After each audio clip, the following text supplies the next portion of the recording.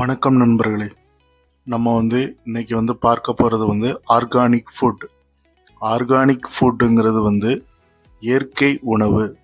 இந்த இயற்கை உணவு அப்படின்னு பார்க்கும்போது அதில் நான் ஆர்கானிக் ஃபுட்டை பற்றியும் பார்க்க வேண்டியது இருக்கும். இயற்கை இல்லாத உணவுகளும் அதுவும் இதுவும் சேர்ந்து தான் இன்னையான உலகமாக இருக்குது.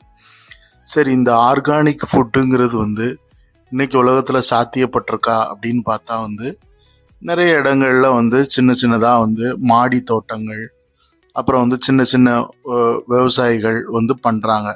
ஆனால் இது ஒரு பெரிய அளவில் விவசாயமாக இல்லை.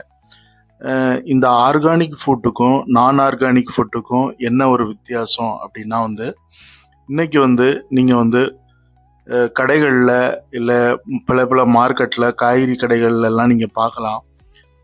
சூத்த கத்திரிக்காய் அப்படின்னு ஒன்று இருக்கவே இருக்காது. புழு உள்ள கத்திரிக்காய்னு எதுவுமே இருக்காது.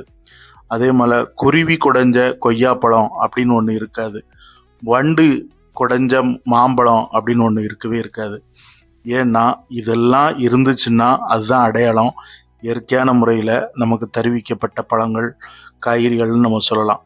ஏன்னா இப்போ ஒரு கத்திரிக்காய் எடுத்துக்கிட்டிங்கன்னா அதில் முன்னாடி 10 கத்திரிக்காய் இருந்ததுன்னா அதில் ஒரு 4-5 கத்திரிக்காய் சூத்த கத்திரிக்காய் தான் இருக்கும். இந்த சூத்த கத்திரிக்காய் ஏன் வருது அப்படின்னா புழு அது உள்ளே ஏறி அதை தன்னுடைய உணவாக்க முயற்சி செஞ்சுருக்கும். அதில் ஒரு பகுதியை எப்படினாலும் நம்ம வீடுகளெல்லாம் வெட்டி போட்டுட்டு அதை சாப்பிட்ருக்கோம், நான் பார்த்துருக்கேன். அதே மாதிரி மாம்பழம் சாப்பிட்டோம் அப்படின்னா நிறைய மாம்பழத்தில் வண்டு உள்ளே போய் உட்காந்துருக்கும். அது ஏன்னா அந்த வண்டு போய் உள்ளே உட்காந்து அதனுடைய உணவை அது தயாரிக்கிறதுக்கு அதை ரெடி பண்ணுறது.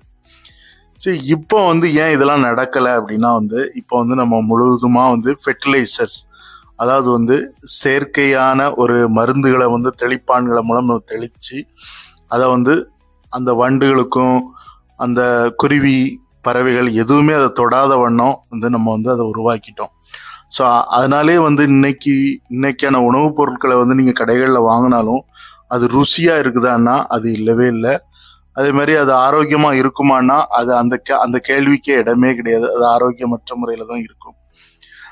கேரளாவில் ஒரு சிறந்த நடிகர், அவர் பேர் எனக்கு சரியாக ஞாபகம் இல்லை. ஒரு சின்ன நடிகர் தான், வளர்ந்து வரக்கூடிய நடிகர்.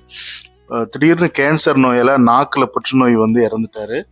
ஸோ அது எப்படின்னு அதை கண்டுபிடிக்கும் போது அவர் டெய்லி பச்சை காய்கறிகள் சாப்பிடுவாராம். இந்த பச்சை காய்கறிகள் தமிழ்நாட்டிலேருந்து ஏற்றுமதியான பச்சை காய்கறிகள், கேரட் சாப்பிடுவாராம் குறிப்பாக. அதனால அதில் அந்த ஃபெர்டிலைசர் காரணமாக இறந்தாருன்னு ஒரு நியூஸு. சரி நண்பர்களை, வீடியோ பிடிச்சிருந்தா லைக் பண்ணுங்கள், ஷேர் பண்ணுங்கள்.